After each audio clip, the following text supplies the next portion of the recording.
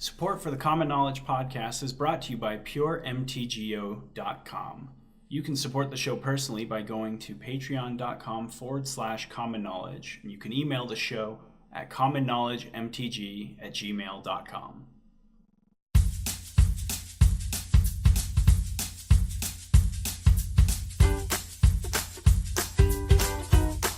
This is Common Knowledge, a Magic the Gathering podcast about improving at the game with a focus on pauper play.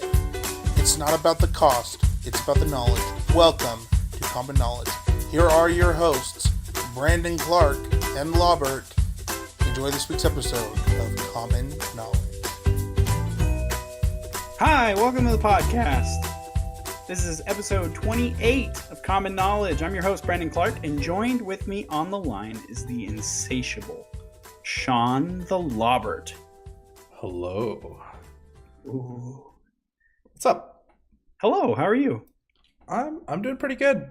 It's been a pretty hectic week, but I'm here doing a podcast, talking about magic. Hooray, that's everything we live for. How are you? Pretty good. It's also been a pretty busy week. I've been working on my food truck thing. I don't think you've talked about that on the podcast, have you? Maybe not. I don't know. Anyway, for those who don't know, I've bought a food truck, and I'm starting a little business for me to do during the summer so I can save money. And then during the winter, when I can't have a food truck open, I'm going to be going to school full time.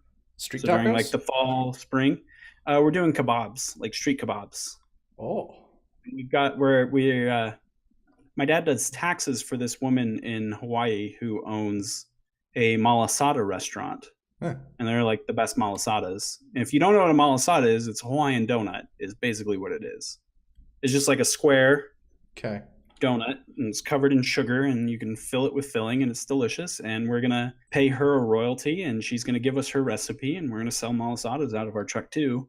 That's sweet. But yeah, it's cool. But I didn't buy a truck. I bought a flatbed trailer that I have disassembled, and now I'm sanding down, and then I'm going to prime and paint it black, and then I'm going to build my food truck onto it because it only costs like $100.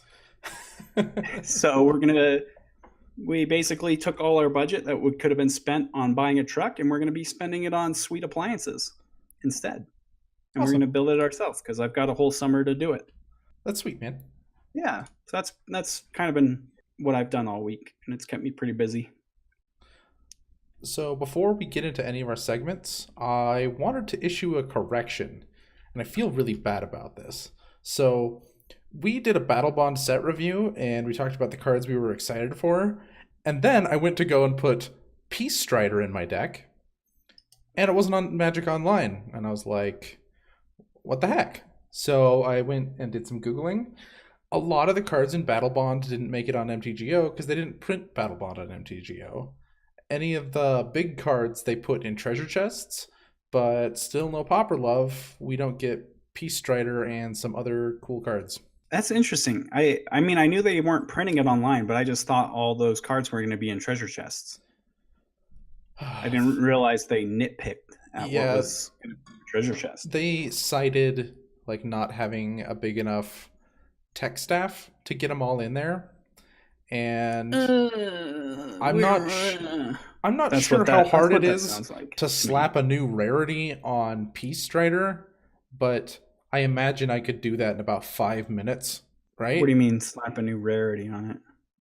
Well, it was printed at Uncommon in Scars of Mirrodin or something like that.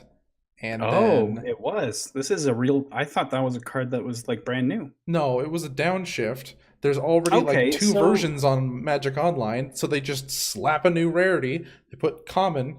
Like, they've already got the Battle Bond picture. Come on. That's just one card. Like, you got to think, though, that like all the programming that goes into putting an entire set on Magic Online, I don't know, maybe they just felt like between this releasing and then we've got Core Set releasing immediately after, like, I can see how they just wouldn't care to do it, you know? Yeah, it's a feels bad moment. Yeah, it does suck for us because, you know, we're the ones getting the shaft, right? Yeah. But it makes sense to me. I think that I can be reasonable about this one. I don't know. I'm usually pretty reasonable about things when it comes to Wizards of the Coast. Like, they make an announcement and then the community loses their minds, and I'm just kind of like, I get it. You know? Yeah. Like, I they want to understand. market to Hearthstone players. It doesn't make sense to me how they chose to do it, but I get it. It's what they were aiming for. They missed their target, but I get it. It's what they were trying to do. I get it. Like, I can understand like having a limited amount of resources that you can use to allocate to different projects, and just a couple of Pauper players who don't play meta decks are like probably not even on their list. And Yeah. I don't know. I'm just sick of not being able to play cards that are at common. Like, I get it. yeah, even just adding that card to the Pauper format without making a printing at common, like letting us play the uncommon version because it was in Battle Bond and Battle Bond falls within the parameters of what Pauper should be. Yeah, I don't know. It would feel weird though that they would just go and say, okay, anything that was in Battle Bond that was previously an uncommon and is on Magic Online, you can play, and then not have any of the new commons. That would just be weird. I think that would make things harder than it would make them easy, you know? I just want to play the cards. It would just make things really confusing for 98% of the players, and then for the 2% that actually care about playing with Peace Strider in their deck, they would be like, I'm fine. Do you know what's more confusing to me? Like telling someone, okay, what cards can you play in Pauper? Basically, the answer is go to Scryfall and select Pauper, and those, search for cards, and those are the cards you can play. Because it's obviously everything after a certain period minus the cards we didn't care to print on Magic Online.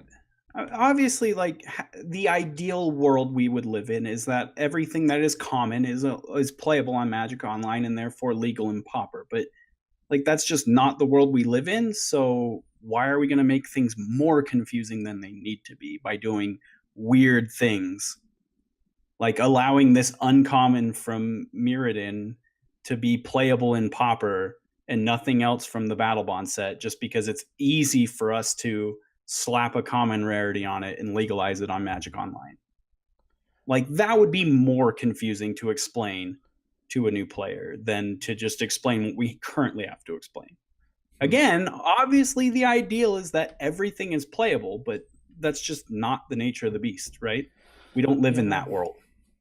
That is not our timeline. By the way, I have a whole list of shows that I've already written up, and one of them is the unification of Pauper, of like paper, online, what we think it would take, and what cards we would be able to play. And I think that's going to be a fun one. Anyway. Then we can sinkhole. It addresses that. Do you want to get into what are we playing? Yeah. So, Sean, what are you playing this week? So I started a league with my Lands Brew, and it's been a couple weeks since I've actually played that deck. And I gotta say, it's probably the most complicated deck I've ever played, and I'm having a really hard time talking and playing at the same time. So I'm gonna have to figure out something new. But other than that, I'm just working on my mono red mid range, it's killing it, dude. I think I'm 8-0 so far with my current iteration. That's just the league tournament practice room. But once I get to about that level, that's when I feel comfortable taking it into my first league. Okay. Yeah, and you sent me that deck list, and it looks very interesting. I think it looks fine. Yeah, it feels very good. Yeah. Have you ever considered just recording your game and then doing voiceovers afterwards and talking through the plays? That's exactly what I'm going to do. Okay. Yep. Yeah, that might be easier if it's something that you struggle to, play and talk and do. You could play and then afterwards go back and talk about it. Because one of the things I love about Magic is, this is what I'm chasing when I play Magic, I think. I think I figured this out this week. It's being in that zone where you're aware of, you can basically see their hand without seeing their hand, because you're just so in tune with the game. You know everything to play around.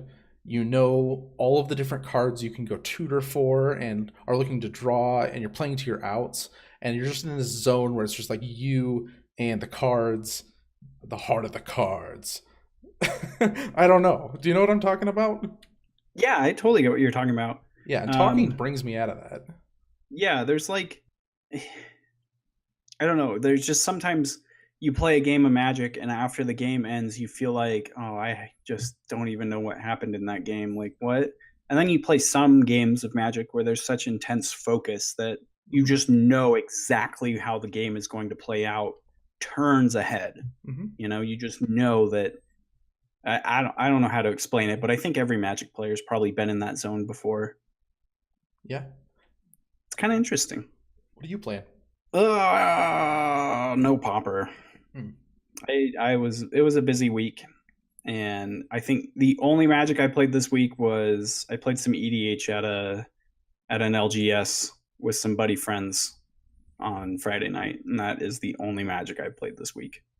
But if I was going to play something, I kind of want to give Blue Delver a spin. Yeah. So I've kind of been avoiding it, and I've just been playing Blue Red Delver. But a lot of people play Blue, and a lot of people have success with Blue Delver. And I kind of struggle to see the incentive over Blue Red, you know? So I kind of want to give Mono Blue a whirl for a bit and try to figure out what those incentives are and where people are gaining their strategic edge by playing Mono Blue over Scred. Are you just going to be playing like a normal list, or are you going to play like, I don't know, some like ninja list or something like that? No, that's weird. I'm going to play just like the stock best list I can put together. And I'm probably just going to try and run it through a couple leagues this week and see what happens. And I guess I'll report on it next week. So, okay, well, that's what we're playing. So let's go ahead and jump into our main, our card of the week. That's what we're doing first. Yeah. Card of the week. So, Sean, let's just, why don't you just carry us into it? Okay, so the card of the week is Gitaxian Probe. We chose this because of the recent bannings in Legacy. And by recent, we mean this morning? Yeah, as of this recording, it was literally this morning. Yeah, So, I read the announcement when I woke up at like 9:30. the most exciting thing about Pauper, other than there's no bans, is that we were mentioned. Wizards is looking at our format, and they say that it's fine. Yeah, I read that too, and part of me went, but then the other part of me was kind of dancing inside because, you know, we got into the banned and restricted announcement. Yeah. You know, it was like, you know, and we've looked at all these formats and assessed them, and Pauper was on the list of something that Wizards was paying attention to. So that's cool. And I think we definitely see that they have way better statistics than we do. Yeah, and if they probably say do. it's fine, I think there is some merit to that. Right. I think that this format is fine. Like, Yeah. it's gonna survive as is.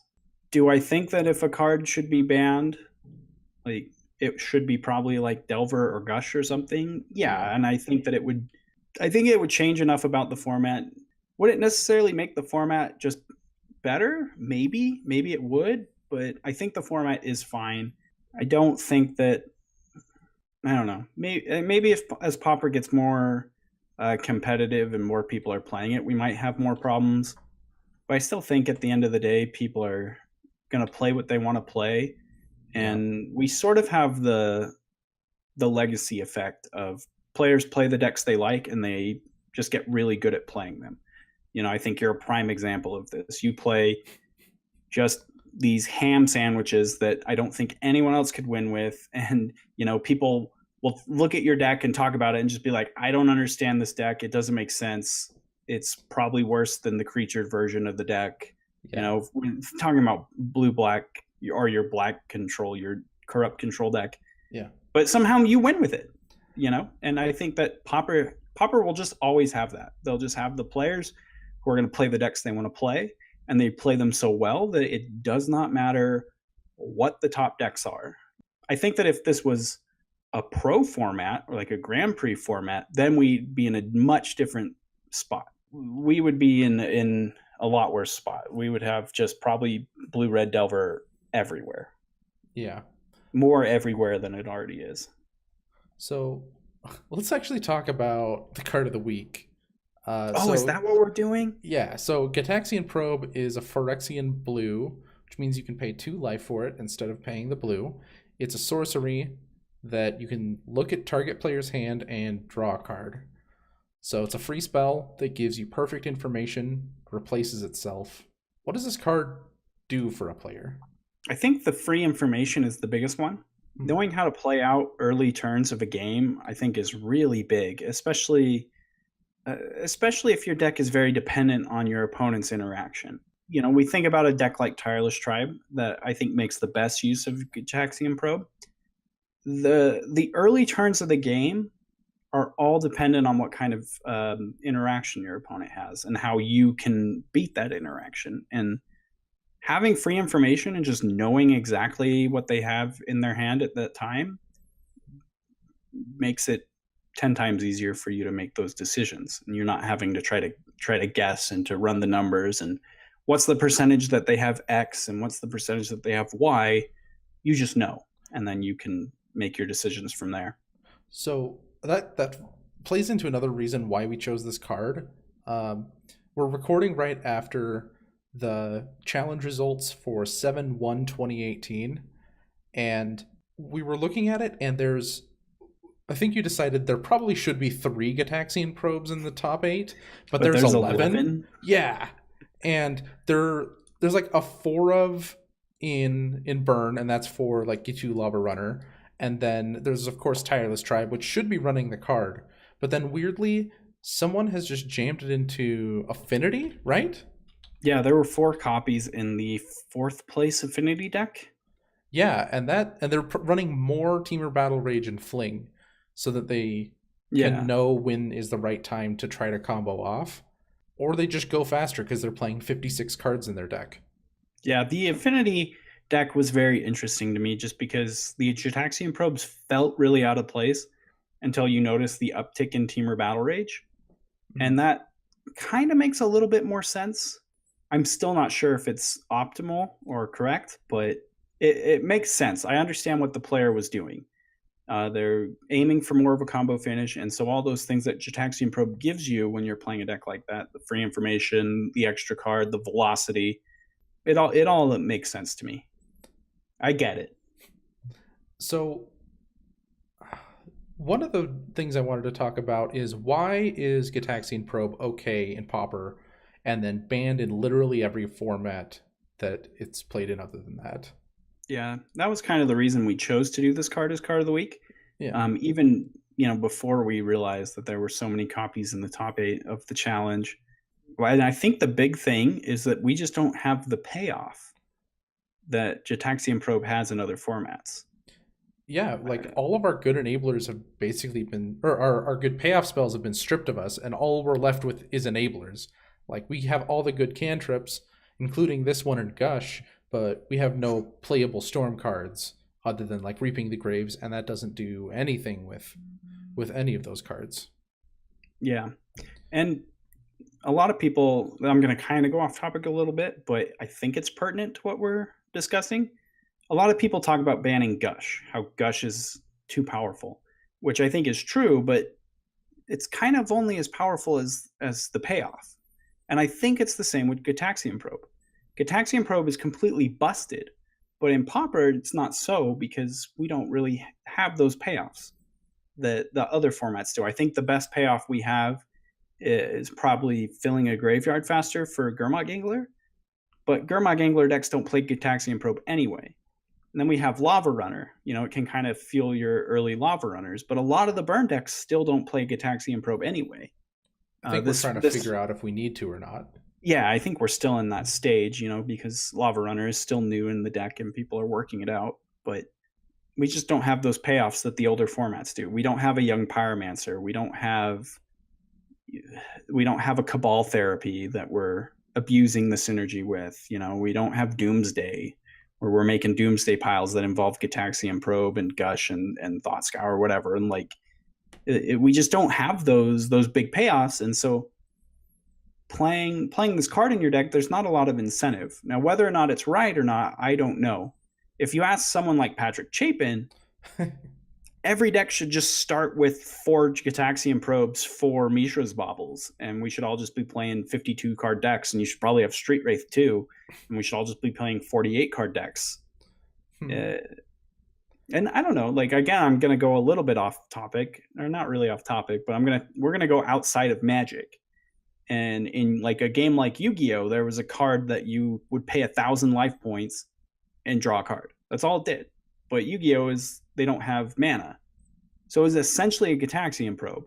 That card got like completely banned out of that game because playing a 37 card deck was just that much better than playing a 50 or a 40 card deck. Yeah, however big their decks are.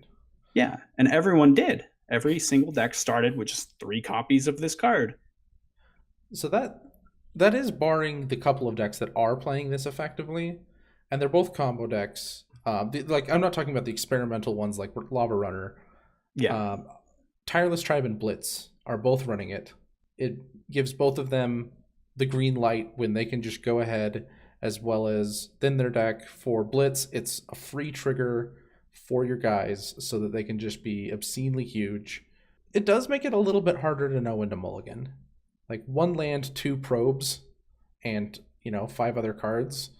That gets or 4 other cards. That gets kind of confusing because you really need those to be land, and you know that you can draw like 3 before your next turn. But that is a small cost to playing this card. I think that's sort of what is keeping this card out of every single deck list. Every deck list doesn't start at 56 cards plus 4 Gataxian Probes, and I think that's one of the big reasons. I think the other reason is just the life. Some decks just can't afford to take that much life. I think that's the biggest thing, Yeah, control deck. A control deck can't put 4 Gataxian Probes into their deck so that they can maybe play a turn 4 Gurmag Angler, turn 3 Gurmag Angler. Like, they're just going to take way too much damage and then be too far behind. I think that's a lot of because it draws you into a spell and the payoff has to be good enough to make up for that 2 life, and it's just not. Yeah, so that is our card of the week, Gataxian Probe. Banned in all formats except Pauper. Yay. Again, one of the last bastions of powerful blue spells is Pauper. Yeah. We've got Gush, we've got Gataxian Probe, we've got Brainstorm. Jace the Mind Sculptor. Oh, wait. Why isn't everyone playing this format? They should be. They should be. They can't afford it. Yeah, they need a little more common knowledge in their life. Anyway, should we, let's just jump into our main topic. We've got our M19 set review. So, set review time. Boom. I can't remember how we did our last set review. Are we doing it differently? I think we are. The last one was Battle Bond, where we reviewed 3 cards. And the one before that, we went insane. I'm not even counting Battle Bond. They're not even on MTGO. I know, I'm sorry.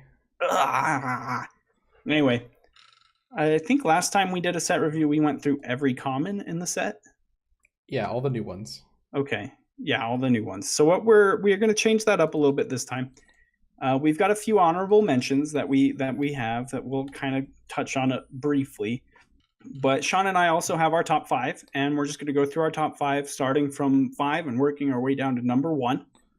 And this we kind of are hoping will give us more time to talk about these cards and the way we want them to fit into the format and everything else, instead of just making this big, long, boring, drawn-out episode where we talk about cards that will be completely irrelevant.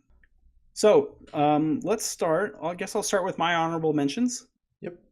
Okay, so my first honorable mention is Aven Windmage. I originally wasn't even going to put this on the list.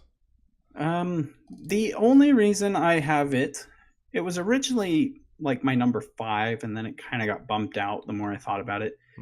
But we have so many of these pseudo prowess effects that I think it's just worth noting whenever we get a new one, especially one that's remotely playable, just because, I don't know, we get enough good ones, maybe that becomes a deck at some point. But let's read what this card is. So it's a 2 and a blue for a bird wizard. It is a 2/2 with flying, and whenever you cast an instant or sorcery spell, it gets +1/+1 until the end of turn. Obviously, we just have better versions of this in Nivik Cyclops and Kiln Fiend. But I don't know. There's now this Aven Wind Mage. There's the elusive Spell Fist. Like, there's just a whole ton of these creatures, and so I just think it's relevant to touch on options when it comes to cards like this. Whether or not this card is better or worse than any of the other ones, I don't really care. I think it's definitely worse, but I think it's worth making a mental note that another effect like this exists for people who want to play effects like that. Yeah, I think Jesse and Thief, if you're going to play a 3-drop, I think that pushes it out so Jesse hard and Thief was the other one, that it's never seen But play. this guy has flying. Yeah, that's like his redeeming quality. Right. So anyway, that is my first honorable mention. My next honorable mention is Sovereign's Bite, which is 1 and a black for a sorcery. It's a sorcery, right? Okay. Target player loses 3 life, you gain 3 life. I don't know if we want to talk about it too much here because it is on my top 5. Yeah, I'm just going to say why I don't think it's good, and then you can change my mind in your top 5, I guess. Okay. I think it's worth talking about just because it's a Black Lightning Helix-ish. Mm-hmm. So I don't know if there if there's a black deck that wants this. I guess there is. Like, your deck probably Corrupt Control maybe wants an effect like this. I don't know. You don't have to say anything, but we'll talk about it in yours. But it made my honorable mentions just because it's a powerful effect for 2 mana. Like, the rate on it is really high. Mm-hmm. It's a 6-point life swing for 2 mana. And so I just thought it was worth mentioning. I don't necessarily think it's great. The fact that it can't kill a creature is kind of a turnoff for me. Yeah. But so that's Sovereign's Bite. And then my last one is Goblin Instigator. And Goblin Instigator is 1 and a red for a Goblin Rogue 1/1. When it enters the battlefield, create a 1/1 red Goblin creature token. And this is just, a cheap red creature that brings a buddy with him. I don't think that this card could get played in a world that what's that guy called? 2/2 gets a guy when it leaves War play. Marshal. Yeah, I don't think this card could get played in a world where Mog War Marshal exists. Yeah, but again, it's a similar argument to the Aven Mind Mage, where it's a similar creature with a similar effect to something that already exists. And so it's just worth noting that this guy exists, I guess. I don't know. Yeah, it's like... This makes my honorable mentions as well. It didn't make my top 5 because, what's it called? Krenko's Command and Dragon Fodder both exist, as well as that Mog War Marshal. I don't know if having more access to this effect could spawn some kind of like red-white... go wide, rally the ancestors kind of a deck. Yeah, rally the peasants type deal. Yeah, rally the peasants. Rally the ancestors. That card shouldn't be in Pauper. Like, the only reason it's better than those is you can bounce the creature, but it's so marginally better than those that I don't think it really does anything like impactful. Yeah, it's almost just like if you're going to build a deck like that and you don't have room for all the effects, you just get to kind of choose what Dragon Fodder you want to play. Yeah. Like, are you going to play Dragon Fodder, Krenko's Command, or Goblin Instigator? Because they're all basically the same thing. So, yeah, like, the way I think of new cards in a set is basically all the cards we have access to kind of make this sphere. And that's, like, the power of the format. And every time they make a new unique effect, there's, like, a tiny little needle that comes out of the sphere and expands what we can do. Like, this card expands our potential just the tiniest bit more. Does that make any sense? Yeah, that's. Okay. I think that's kind of what I was getting at, just not as eloquently with Goblin Instigator and Aven Mind Mage.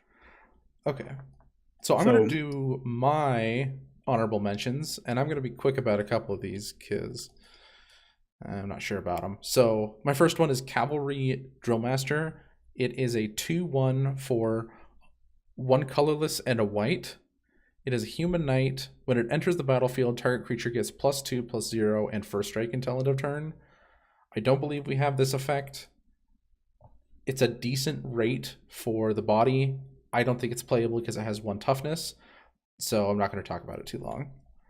Next, I have Take Vengeance.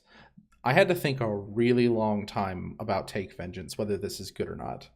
It is a colorless and a white for a sorcery, and it says destroy target tapped creature. The fact that it's only tapped creatures, I think, is too big of a hindrance. I've played spells that only hit tapped creatures, and they tend to rot in your hand more often than not. They're basically only good when you're behind. So it would be some kind of white control deck. And there's 3 mana spells that are just better than this. It's made other people's top 5s. And I just don't see it doing anything. Yeah, this just seems like a worse Journey to Nowhere. Except for that this can't get bounced, but then you also sometimes like to bounce your Journey of Nowhere. Yeah. But then this also is very limited on what it targets. Yeah, I just don't see this being better than Journey to Nowhere at all. Next, we have Uncomfortable Chill. It is 2 colorless and a blue. For an instant, creatures your opponents control get -2/-0 until end of turn, draw a card. I think this is a fair enough kind of fog effect that I think it's a little bit hyperbolic to say that this could see sideboard play, but I don't think that's completely out of the realm of possibility. It does try to hose Tireless Tribe by killing it when they try to go off, but it's too expensive to actually cast on that turn. It just would get countered. Things like Stompy, where they go wide, or like Red Deck wins, this is actually like a pretty fair spell to consider. The fact that it replaces itself is really compelling. I don't think it's quite there yet. Yeah, when I kind of look at this card, and I really don't know that it's something I'd ever want in my deck against Stompy. It just doesn't kill a creature. Just giving it basically just is a 3 mana fog 1 creature draw card. It's all their creatures. Oh, it says creatures your opponents control. Okay. Yeah, I just read that wrong. Okay. All right, it's a bit better than I thought it was. Okay. Yeah, this is actually an interesting effect for like a blue Devlor deck in their sideboard, where they just don't have a way to deal with these big go long things, and having access to a fog effect essentially might give them the time they need to win a race. So this is, I don't know, this in my head I'm comparing it to the white prevent damage spell. Oh, right. Prismatic Strands. Prismatic Strands. I'm thinking, yeah. So in a deck that can capitalize on the fog effect, like a blue Delver deck, where it's like they've got enough pressure going that they feel safe attacking, and then they can use this when their opponent tries to crack back. Or this can even be used as a combat trick, where I need my Delver to not trade with their Core Skyfisher. Core Skyfisher, yeah. Yeah, you just end up fogging them, but still doing all of your damage. So yeah, there's some real, the ceiling on this card is really high. But yeah, I can see it now that I've actually read the card. I guess when I first read it, I just saw creature your opponents can, I just saw it targets a creature. I don't know. I just saw it doing it to 1 creature, and I was just like, I don't even know if I'm playing this in my limited decks. And I think this is classic power creep that I'm still not sure of they've printed 1,000 of this effect before, and one of these times it has to get playable. I don't know how far they have to go. Is it -3? And it's not just conditional on those being attacking creatures or anything like that. So one of these times I'm going to eat my words, and a minus power effect that replaces itself is going to be playable. Maybe not quite yet, though. Yeah, I think Uncomfortable Chill is very close, though, to being a fine sideboard card. Next up, I have Viashino Pyromancer. It is a colorless and a red for a Viashino Wizard. It's a 2/1 that when it enters the battlefield deals 2 damage to target player or planeswalker. They're kind of pushing the power of Goblin Piker here. 1 toughness again is probably what's going to get this card never played. Yeah, that was my big turnoff for this card. Why it didn't make my honorable mentions. Dealing 2 damage to a player is kind of nice, but that's really all. You're really just paying for a 2-mana shock. Yeah, and this is getting blocked really soon. Right. I guess, like, if you trade it with a 1/1, like you trade it with a Very Miscreant or something, it's a deal 1 damage to a creature, 2 damage to that creature's controller, which isn't awful for 2 mana, but it's still not, I don't think, in the realm of playable. Most of the things that you're trading it with in Pauper end up replacing themselves. That Fairy Miscreant, Spellstutter Sprite, Thraben Inspector. There's just so many cards that it just... And then any 3 toughness creature, Augur of Bolas just says this can't attack. Yeah. So I don't actually think this card is good. Augur of Bolas turns it into a 2-mana shock. Right. And I've seen people talking about it. That's why I even brought it up. It gets an honorable mention because it pushes the power level of what a Goblin Piker is. Okay. My last honorable mention is the most honorable of mentions. And it's just here because it's unique. I think the effect is fun, and it makes my imagination go a little bit crazy. It's Talons of Wildwood. It's a colorless and a green, so like our 50th 2-mana spell. It's an enchantment aura. It enchants a creature, gives it +1/+1 and trample. That's not a good rate for a green enchantment. This spell kind of feels like what Rancor should have been. Like if it wasn't going to be completely busted.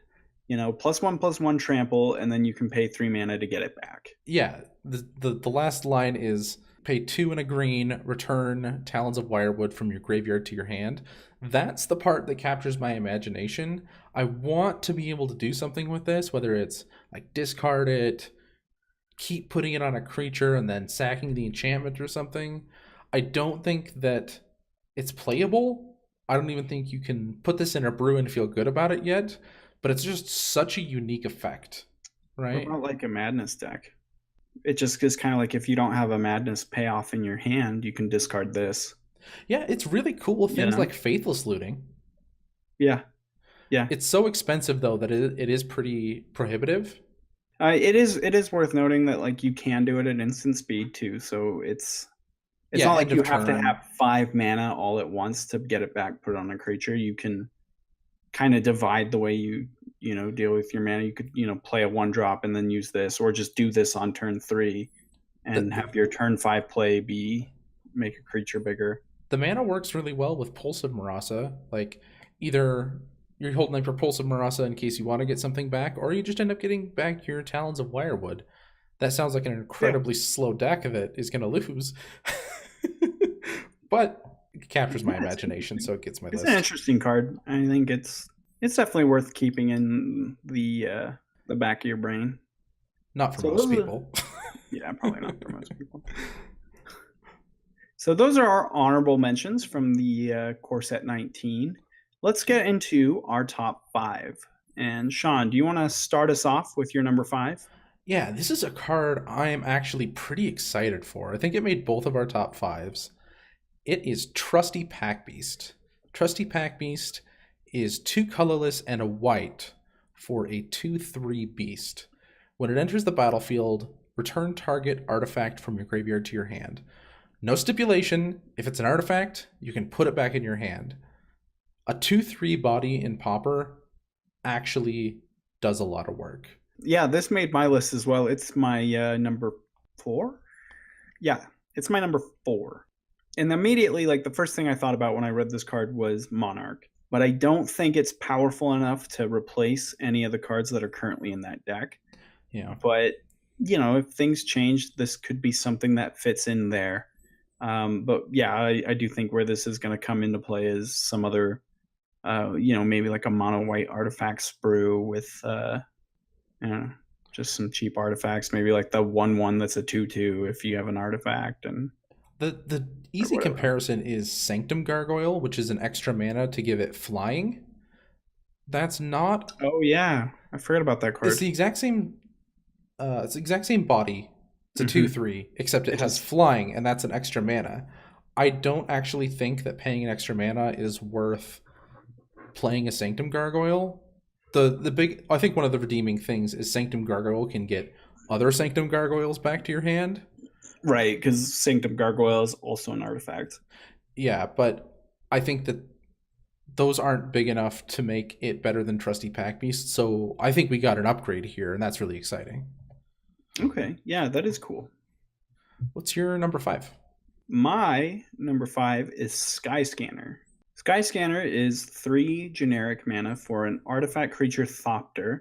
It is a 1/1 with flying, and when it comes into play, you draw a card. So there are a lot of, I think there are a lot of relevant uses out of a 1/1 that replaces itself and that also flies.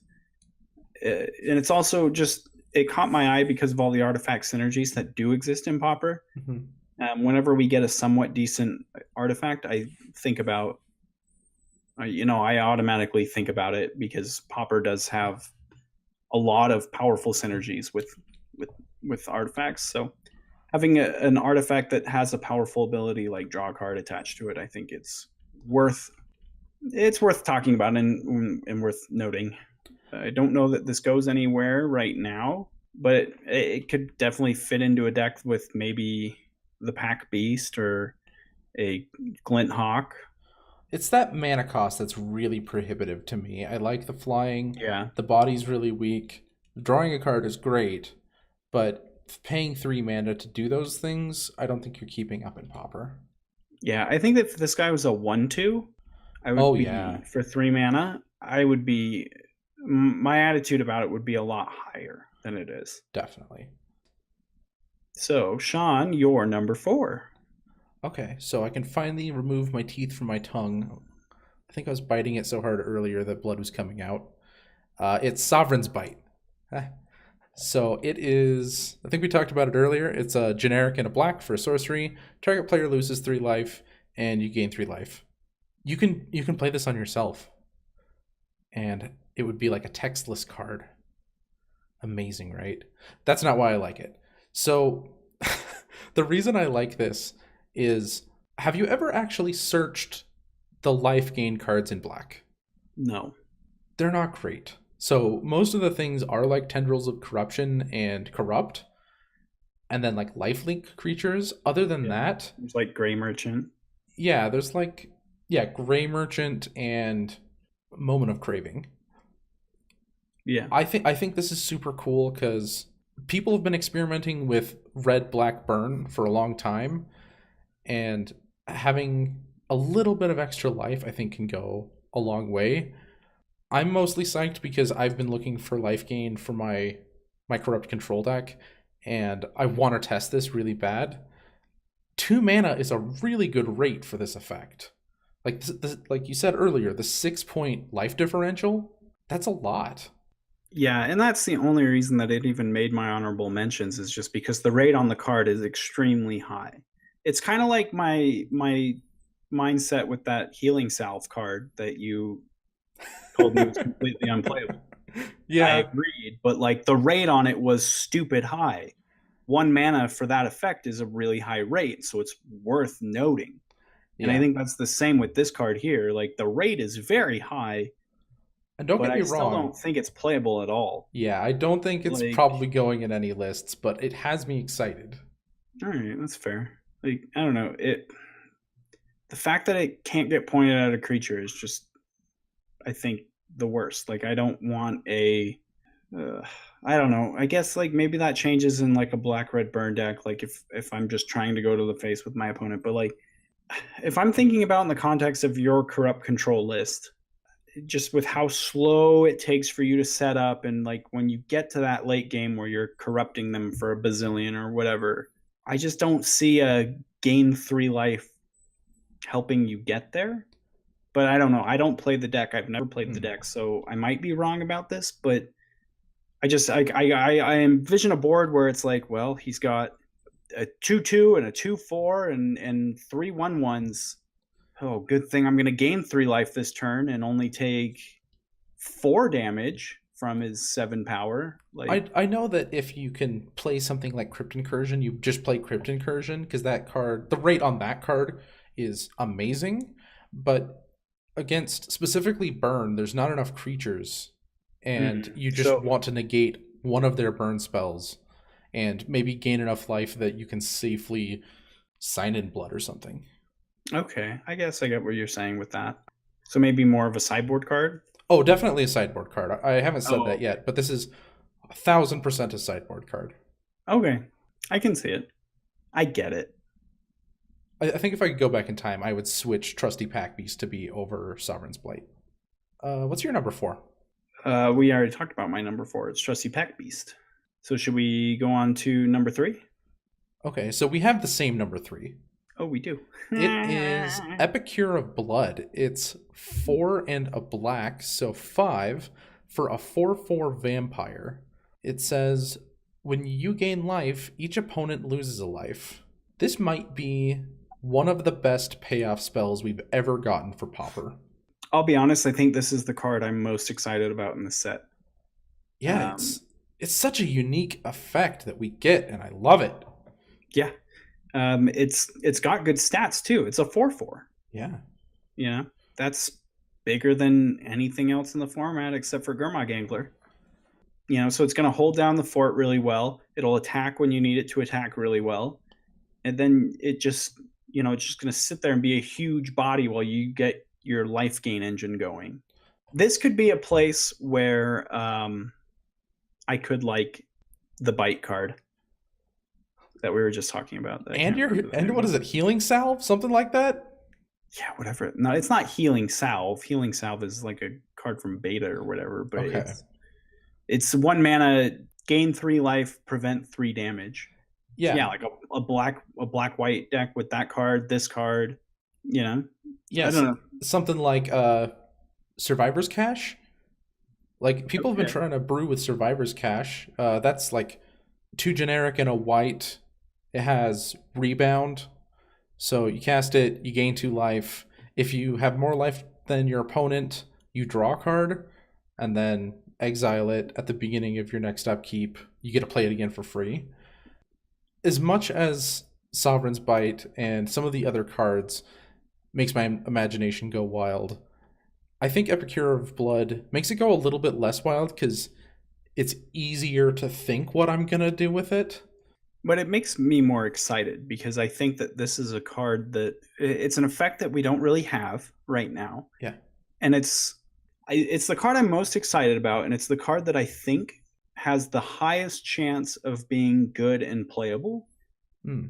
But that's if it finds a place, if that makes sense. There is the big drawback of it costs 5 mana. And, you know, anytime you're playing 5 mana for a spell, you kind of have to think, what's my counterspell plan? Am I still winning the game if Epicure of Blood just doesn't exist? So it's going to be neighbors. I know. They've been lighting off so many fireworks. It's not even the 4th of July yet. It's the 2nd of July. They've been lighting them off for a month now, and I am not kidding about that. You know what's the worst is when 4th of July ends and I think I'm in the clear, and then Pioneer Day comes. Yeah, we live in Utah, and we get 2 4th of Julys in the same month. I don't have anything to even say about it. It just makes me so mad. It make me so mad. I don't know what that was, but yeah. I think that was Guado. Guado. Is that his name? The guy who enslaves Annie? Oh, I can't remember his name. Who watches Star Wars anyway? You have a Star Wars shirt on, you schmuck. All right. So actually, I just noticed that our top 3 are exactly the same, you copier. I think it's because it's obvious. Yeah. Do you want to introduce our number 2? Yeesh. So our next card, our second place, second place is Elvish Rejuvenator. It is 2 and a green for a 1/1 elf druid. And it says, when Elvish Rejuvenator enters the battlefield, look at the top 5 cards of your library. You may put a land card from among them onto the battlefield tapped. put the rest on the bottom of your library in a random order. And so where this is getting compared to in other formats and in Constructed and stuff is just Wood Elves. And it's kind of a worse Wood Elves because, Wood Elves says go grab a forest and put it into play untapped. So you can grab your dual lands and all your other fun stuff. What I like about this card in the context of Pauper is that it's not looking for a basic land. It's looking for a land. Mm-hmm. So you can grab your Tron pieces. You can grab your Bounce lands.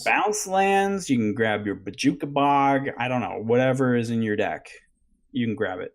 And one of the pros, I think it was Reed Duke, did the stats on this.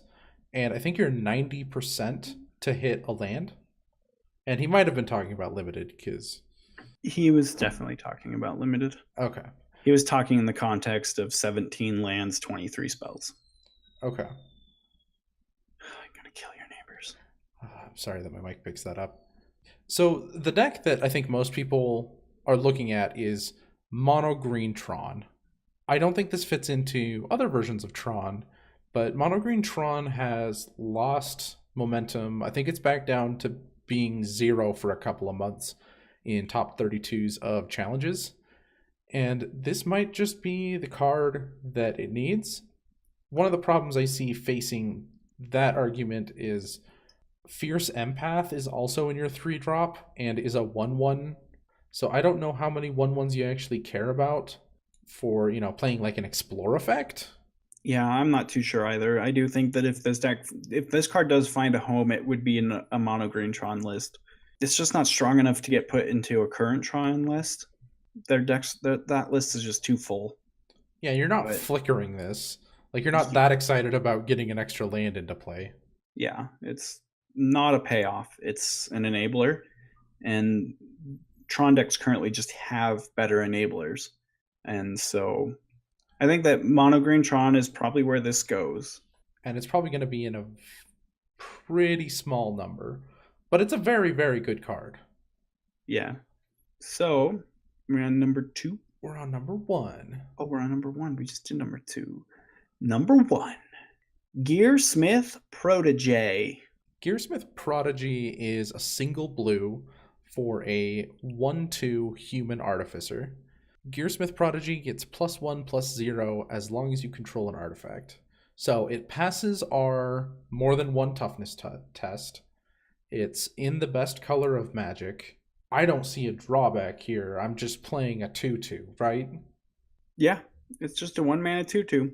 So find an aggressive blue-based artifact deck, or even blue-white. I mean, I think that this card at its base is better than the 1/1 that gets +1/+1 if you have another artifact. A Court Homunculus, I definitely think it's not an artifact, but that can be a plus in a lot of situations. Yeah, that and the fact that even if you don't have another artifact, this will always have 2 toughness. It's never going to be a 1/1. It's always going to be a 1/2 or a 2/2. So its rate is already just higher than Court Homunculus, just on its own. Because, I mean, when you have an artifact, they're exactly the same. I thought, okay, you get introduced to Magic and you're like, what's blue's thing? Okay, it doesn't have great creatures, but it has all these other great things that make you want to play blue. And this just kind of scoffs at that and is just like, no, we also get great creatures. Why are you playing other colors? I ask that question all the time. Why are you guys playing other colors? Blue is just the bestest. I'm just kind of flabbergasted that this card exists. It's not even Metalcraft. You have to have 1 other artifact. That's not okay. Yeah, I don't know. I think you're being a little hyperbolic about the payoff for it. Like 1 artifact to make it a 2/2. I mean, like I said, when you have an artifact, this card is a functional reprint of Court Homunculus. What makes this card slightly better is the fact that when you don't have another artifact, it's slightly better than Court Homunculus. But if you're playing an artifact deck and you're splashing white for Court Homunculus versus just playing mono blue, that puts it even further ahead. I guess, but I guess I need to know what are the other blue payoffs that I'm missing that makes me incentivized to playing blue for this instead of white and I can play Court Homunculus and Pack Beast Thing in Core Skyfisher and Glint Hawk. Like, what am I playing in blue besides like Thoughtcast? Have you ever seen my... It's basically blue steel. My mono blue affinity list. Is that your modern? No, it's Pauper. Oh, it is Pauper? I did do a video on it. I want to try this card in that deck. You can play Gearseeker Serpent. You can play... yeah, Gearseeker Serpent. All right, I'm hella on board now. Gearseeker. I totally forgot that card existed. Metallic Rebuke. You can play Thoughtcast. Metallic Rebuke is the counterspell. Yeah, but like, what's it do besides counter a spell? I know it counters a spell, but it counters a spell unless they pay 3. It's Okay. 3 to cast, and you can tap to. It has a convoke artifacts. It has convoke your artifacts. Your artifacts can help you cast this spell. Sure, I want to call it conspire. I'm really blanking here. You convoke for artifacts. Yeah, sure. Okay. I think there's a lot of incentives, and to just put another one in there, play a Darksteel Citadel, you just get a Phantasmal Bear that is 1,000 times better. Yeah. That's why this is number 1. Okay. Yeah. Yeah, I had it at my number 1 just because I think it's just the best and easiest to fit into Pauper. I guess my big question was, what are the major incentives over playing a blue-based artifact deck over a white-based artifact deck? And I think you answered the question pretty well. So this card wasn't my number 1 slot, and it's jumped a lot higher in my opinion. All right, so that is all the cards. All of the cards that are okay or good. And if any of them pop out and surprise us, well, those cards still aren't good. No, that's not necessarily true. I mean, I think we're still eating our words on K2 Lava Runner? No, K2 Lava Runner. That card's still bad. I'm kidding. Because we definitely dismissed that card. And it wasn't like maybe this card is good. It was like, this card's bad. You wouldn't play this in your burn deck. Well, okay, it was, yeah. Again, going back to still not good in red deck wins, and then the flaws in why you don't play it in burn. I still watch games where K2 Lava Runner just doesn't do anything because they have a 1/3, and I'm like, am I wrong? The stats don't lie, but it's doing exactly what I thought it would and just not doing anything. Yeah, I mean, I don't know. Maybe it's not Lava Runner that is giving burn better results lately. Maybe it's something else, and we're just equating it to Lava Runner because that's the obvious. Well, burn's having better results. What's changed? Lava Runner's changed, but maybe there's something else. I don't know. I mean, they put Gitaxian Probe in their deck. Got it. Okay, take us out. Bam, bam, bam, bam, bam. Gitaxian Probe is the best. All right.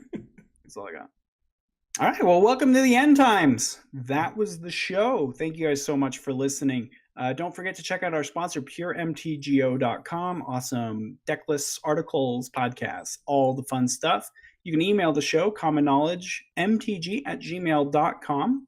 And if you would like to support the show further, you can do so, patreon.com/common knowledge. We appreciate all of our patron support. It really helps make this worthwhile for us all. Very much. So let's go over some of our incentives really quick for any new listeners for the Patreon. So we've got a stretch goal for our 5-card blind tournament. So that is when our Patreon hits $50. We're going to do a 5-card blind tournament, and you can find all the rules and explanations to what that is because it's not a poker game, right? Like I thought. But you can find all the rules and the explanation of what this is on the Patreon page. We've got other cool incentives. We've got the Brandon versus Lobbert videos where Sean plays a cool brew and I play a stock list and we battle. So you guys can check that out if you are patrons. And Sean, where can the listeners find you if they want to get a hold of you? You can go on Twitter and follow me at Lobbert8, Lobbert number 8. And you can find me on YouTube just by looking for Lobbert. Where can they find you? Boom. You can also find me on the tweeters at bclark_CK. I'm a lot better at keeping up on the show's Twitter account. You can follow at CK Podcast MTG, where you'll be able to find when the new shows are up, and that's really probably all that's relevant when the new show comes up. Yeah, we retweet cool things and things people in the community are doing sometimes. But really, it's all about that show. Yeah, it's an easy way. We post way. the show at an inconsistent time each week because it's whenever I get time to edit it. Yeah. So following the show on Twitter is just an easy way to get it. It'll be right there in your feed, and you'll know that, there's the new Common Knowledge. We also have a Facebook group if you want to follow that. You just need to search for Common Knowledge and request to join, and we will approve you pretty much instantly. Yeah. There's no questions. There's no nothing, I guess. The only rule is once you're in there, don't be a butthead. Yeah. Buttheads will be kicked. Cool. Bye, everybody. Yeah, bye forever. Common Knowledge is part of the Constructed Criticism Network.